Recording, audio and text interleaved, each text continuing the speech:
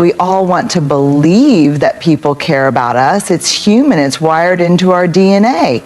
We crave connection, and in that craving, we sometimes hold on too tightly to relationships that were never meant to hold us back. But the truth is, some people don't care about us, not in the way we need, not in the way we deserve. And if we're not careful, we mistake their indifference for something we have to earn our way out of. So how do you know when someone truly doesn't care?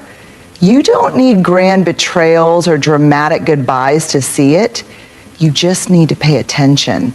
In a world where interactions are often reduced to likes, comments, and surface level exchanges, it's easy to mistake attention for care. But attention isn't the same as connection, and real connection, the kind that nourishes us, that makes us feel safe, seen, and valued, is built on a foundation of mutual care and respect. Mutual. That's the key word, because true connection is never one-sided. It's not about one person always giving while the other takes. It's not about one person always bending to accommodate while the other remains rigid. It's a dance. Both people moving toward each other with effort, interest, and a willingness to understand. So what does mutual care look like? It's showing up even when it's inconvenient. It's remembering the little details, how someone takes their coffee, the big interview they were nervous about, the way their voice sounds when they need reassurance but don't know how to ask. It's not just being present for the highs, the celebrations, the good times. It's being there when things are messy, uncomfortable, or hard. And then there's respect, the backbone of every strong relationship. Respect is not just about politeness or good manners. It's about recognizing and honoring another person's boundaries, emotions, and individuality. It means listening, not just to respond, but to understand. It means giving space for someone's truth, even if it's different from your own. True connection happens when both care and respect exist together. Care without respect can feel suffocating or controlling, as if love is being used as a tool for manipulation. Respect without care can feel cold and distant, as if you matter only when it's convenient. But when the two work hand in hand, there's balance, there's security, there's the kind of relationship, whether romantic, platonic, or familial, that makes you feel like you belong. If you've ever been in a dynamic where you were the only one trying, you know how exhausting it is. It wears you down. It makes you question your worth. But here's the truth. You should never have to chase care. You should never have to convince someone to respect you. The relationships that are meant for you will never make you feel like a burden for needing reciprocity. At the end of the day, true connection is not just about proximity or history. It's about effort. It's about two people choosing day after day to care for and respect each other, not out of obligation, but because they genuinely want to. That's the kind of connection worth holding on to. We spend so much time analyzing what people say to us. We replay conversations, dissect text messages, and search for hidden meanings in words that feel unclear. But often the most revealing truth isn't found in what someone says, it's found in what they don't say. Indifference speaks louder than words. When someone cares, you feel it. It's in the way they check in on you, in the way they make an effort to understand your emotions, in the way they remember the small details you never thought mattered. Care is active. It moves, it reaches, it creates space for connection. But indifference is passive. It's a void. It's the absence of effort, the lack of acknowledgement, the quiet dismissal of your presence in someone's life. Silence is an answer. Lack of effort is an answer. Apathy is an answer. We sometimes fool ourselves into thinking that if someone isn't outright cruel to us, then they must care on some level. We tell ourselves that maybe they're just busy, maybe they're not good at expressing emotions, maybe we're expecting too much. But let's be honest, caring doesn't require constant words, but it does require presence. If someone truly values you, they won't let you linger in doubt. They won't leave you questioning whether they care. They won't make you feel like you're always the one reaching out, the one trying to maintain the connection, the one carrying the weight of the relationship on your shoulders. Indifference is the friend who never asks how you're doing, even when they know you're struggling. It's the partner who shows more excitement over their phone than in spending time with you. It's the family member who only calls when they need something. It's the colleague who dismisses your ideas without a second thought. It's not always dramatic. Sometimes it's subtle. But over time, it chips away at your sense of worth. It makes you wonder if you're asking for too much when in reality you're asking for the bare minimum. And here's the hard truth. If someone's indifference is making you question your value, it's not your value that's in question, it's their ability to see it. We have to stop chasing people who show us through their inaction that they don't value us. We have to stop making excuses for those who don't make room for us in their lives. Love, friendship, respect, these things don't require begging. They don't thrive in places where indifference lives. So pay attention to what isn't being said. Pay attention to the energy, the effort, the presence, or the lack of it. Because the loudest message someone can send isn't always in their words, it's in how little they seem to care when you stop trying. We've all heard the phrase, actions speak louder than words, but it's not just actions, it's patterns that reveal the truth about a person. Anyone can make a promise, anyone can say the right things in the right moment. But words, no matter how beautifully spoken, mean nothing if they are not backed up by consistent behavior. Promises are easy, they give hope, they sound reassuring, and they keep people invested. But patterns take time to notice. They tell the real story. They expose habits, priorities, and true intentions. If you want to understand who someone really is, don't focus on what they tell you. Focus on what they repeatedly do, the power of patterns. A person who constantly cancels plans at the last minute, that's not bad luck. It's a pattern of unreliability. A friend who only reaches out when they need something, that's not forgetfulness. It's a pattern of self-interest. A partner who apologizes for hurting you but keeps doing the same thing over and over, that's not an accident. It's a pattern of disregard. People show you exactly who they are through repetition, not through one-time actions. One moment of kindness doesn't make someone a good person, just like one mistake doesn't make them a bad one. But consistent behaviors over time reveal a person's true nature. Promises versus patterns. Promises can be emotional. They feel good to hear. They make us want to believe. They fill the space between who someone is and who we wish they were. But a promise without follow-through is just a distraction. Think about the person who always says, I'll do better, but never actually changes. Or the one who says, I care about you, but never makes the effort to show it. Those words may be comforting in the moment, but if the behavior stays the same, the promise was just an illusion. Pay attention to the trend, not the excuse. Why we ignore patterns. The hardest part about accepting someone's patterns is that it forces us to face reality. And sometimes reality is painful. We want to believe people will change. We want to hold on to their potential. We tell ourselves stories. They didn't mean it. They'll get better. Maybe I just need to be more patient. But potential is not a promise. And it's certainly not a pattern. The truth is, we don't need to decode people. We don't need to overanalyze or search for hidden meanings in their words. The answer is always in their consistent actions. When someone shows you who they are, believe them. It's a hard lesson, but an important one.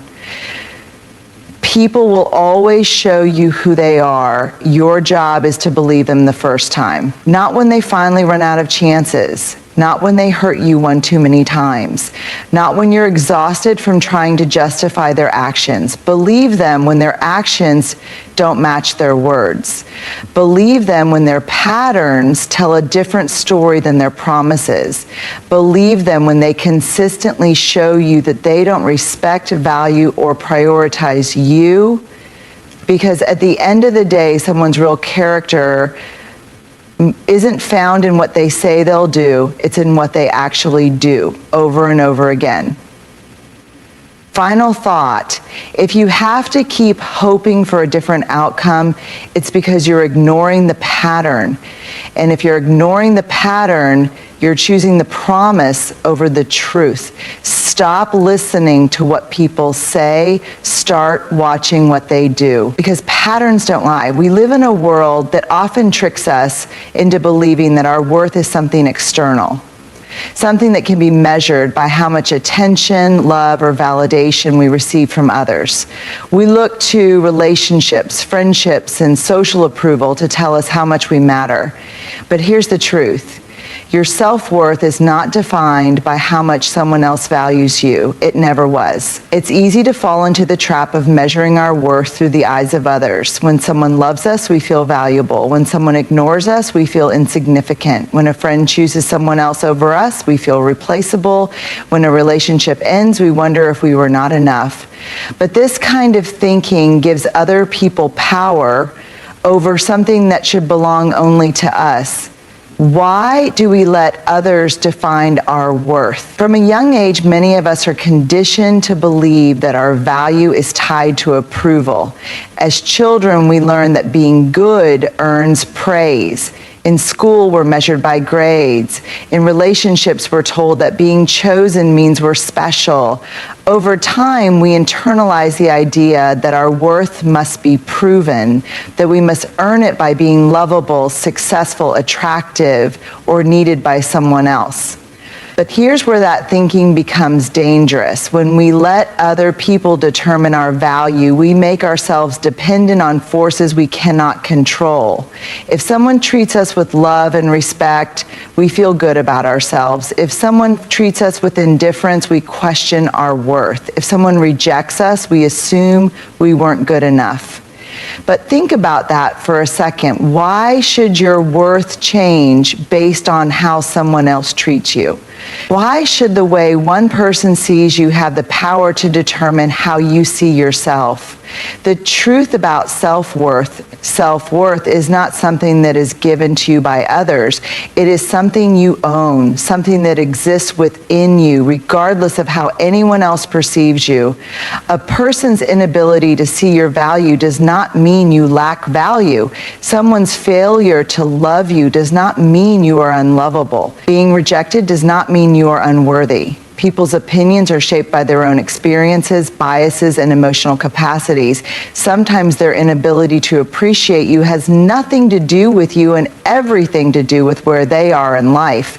Some people are incapable of valuing others in a healthy way, no matter how worthy those others are. So why should your self-worth be based on someone else's limited perception? Signs you are defining your worth by others. If you've ever done any of the following, you might be allowing external validation to dictate your self-worth. Feeling unworthy when someone ignores you or doesn't reciprocate your feelings, changing yourself to fit what you think others want, staying in unhealthy relationships because you fear being alone, seeking constant reassurance from others to feel good about yourself, measuring your worth based on how many friends, followers, or admirers you have. These behaviors don't mean you're weak. They mean you're human. We all crave connection, love, and belonging. But true self-worth means knowing that you are already enough, even without external validation. How to reclaim your self-worth. Detach your worth from external validation. Your value is not something that fluctuates based on how others treat you. Remind yourself daily that you are worthy simply because you exist, not because of what you do for others, not because of how many people approve of you. Stop chasing people who don't see your worth. If someone doesn't value you, that is a reflection of them, not you. Stop trying to prove your worth to people who don't recognize it. Walk away from relationships that make you feel small. Validate yourself first. Instead of waiting for others to reassure you, practice self-measurement, meditation. Celebrate your own accomplishments. Acknowledge your own strengths. Be proud of who you are without needing someone else to tell you. Surround yourself with people who reflect your value. The right people will never make you question your worth. They will respect, appreciate, and uplift you. Not as a favor, but because that's how they truly see you.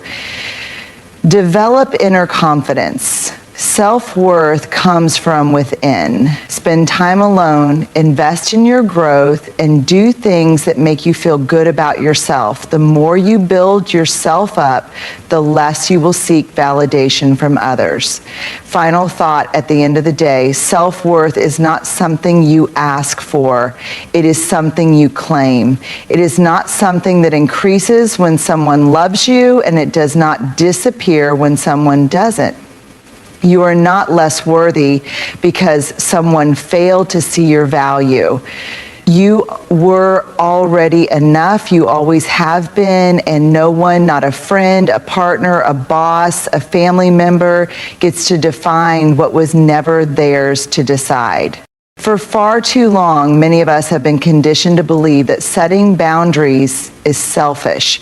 We've been taught that saying no is rude, that prioritizing ourselves is inconsiderate, and that making others uncomfortable with our limits is something to feel guilty about. But here's the truth. Boundaries are not selfish.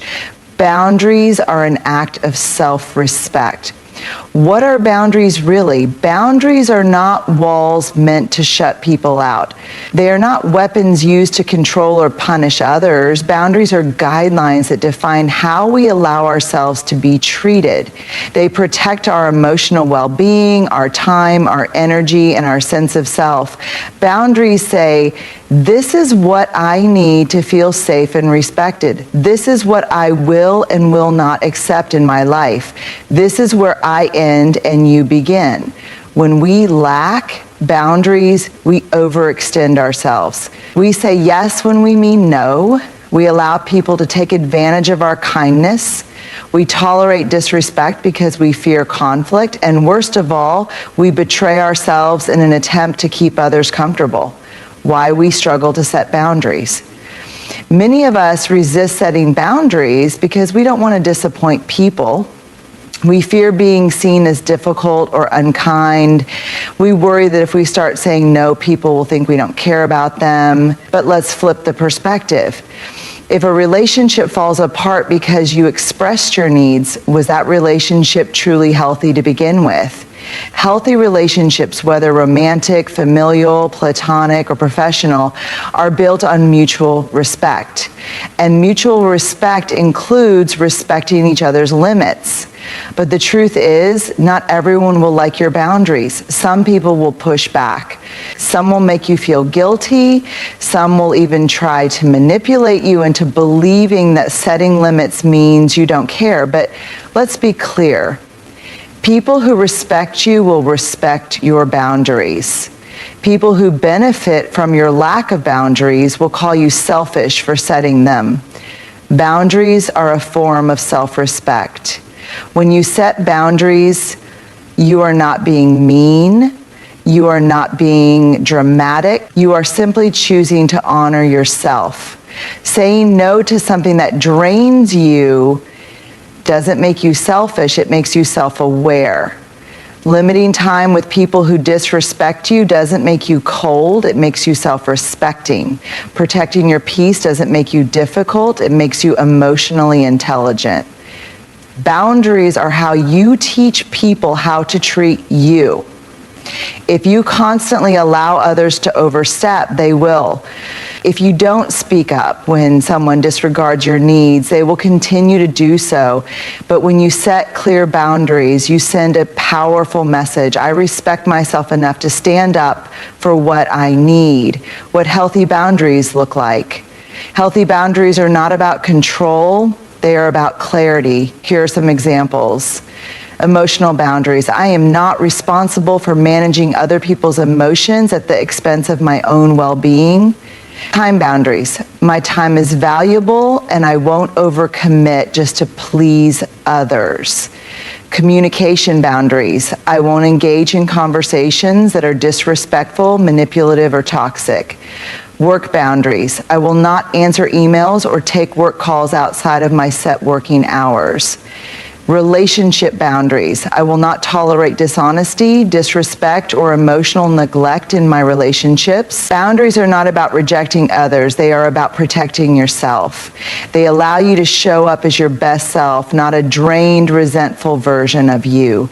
Letting go of guilt. If you feel guilty for setting boundaries, ask yourself, why do I believe that other people's comfort is more important than my well-being? Why am I willing to prioritize their needs but not my own? Why do I think I must earn respect instead of simply expecting it? You are not responsible for managing how others feel about your boundaries.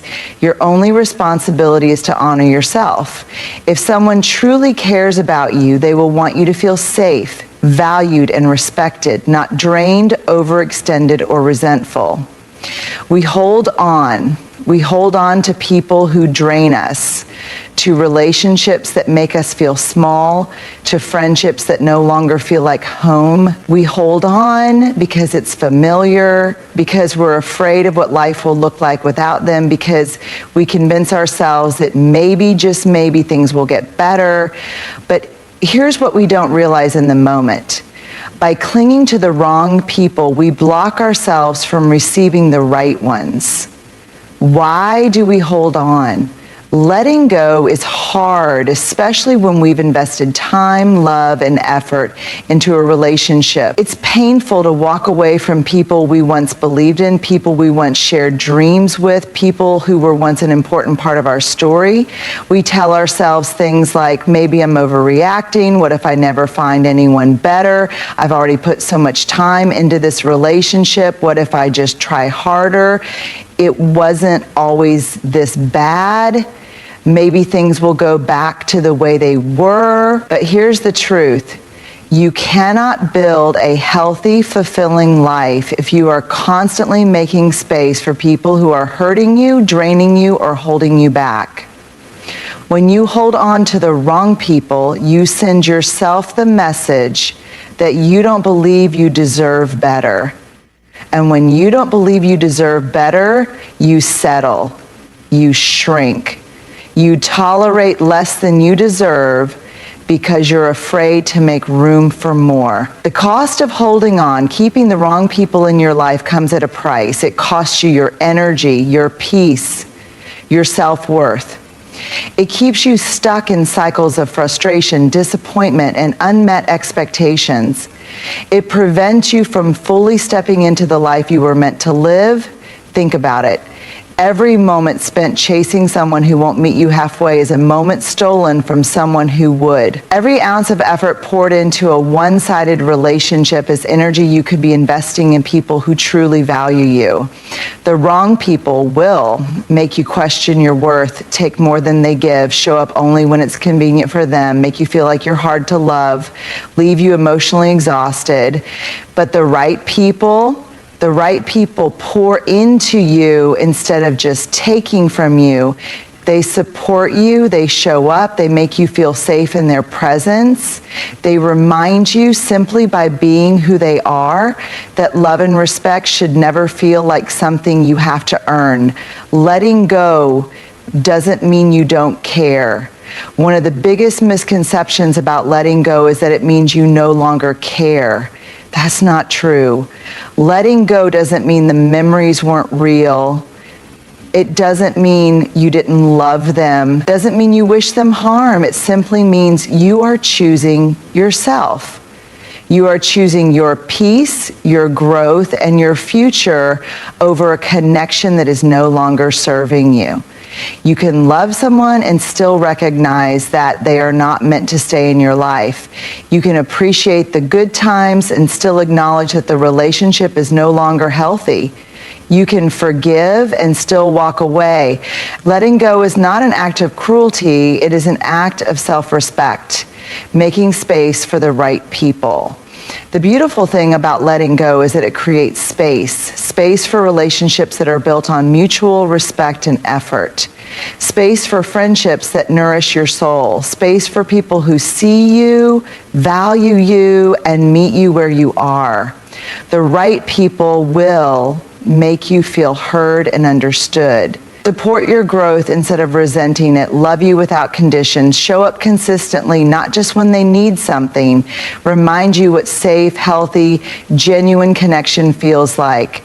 But you can't receive those connections if your life is too full of people who don't truly value you. The freedom of letting go. When you finally let go of the wrong people, something shifts. You feel lighter. You stop walking on eggshells. You stop trying so hard to prove your worth. You stop shrinking yourself to fit into spaces you've outgrown. And then one day you look around and realize that your life is filled with people who reflect back to you the love, respect, and kindness you've always deserved. You don't lose when you let go of the wrong people. You gain the space for the right ones. At the heart of it all, true connection is built on mutual care and respect. The people who genuinely value you will never make you question your worth, nor will they require you to sacrifice your well-being just to keep them in your life. Indifference speaks louder than words, and when someone continuously disregards your needs, their actions are telling you everything you need to know. People reveal who they are through patterns, not promises. It is not what they say in moments of convenience, but how they consistently show up that defines the relationship. And no matter how much you pour into someone, your self-worth is never determined by their ability or inability to appreciate you. You are inherently valuable regardless of who recognizes it. Setting boundaries is not selfish, it is an act of self-respect. The people who truly belong in your life will honor them, while those who only take advantage of you will resist them. And though letting go is difficult, it is necessary. When you release the wrong people, you make space for the right ones. People who pour into you, uplift you, and remind you that love, respect, and kindness should never be something you have to beg for. At the end of the day, you deserve relationships that feel like home, not battles to be won. You deserve to be surrounded by people who see your worth without needing to be convinced. And the moment you stop settling for less is the moment you start making room for what was meant for you all along.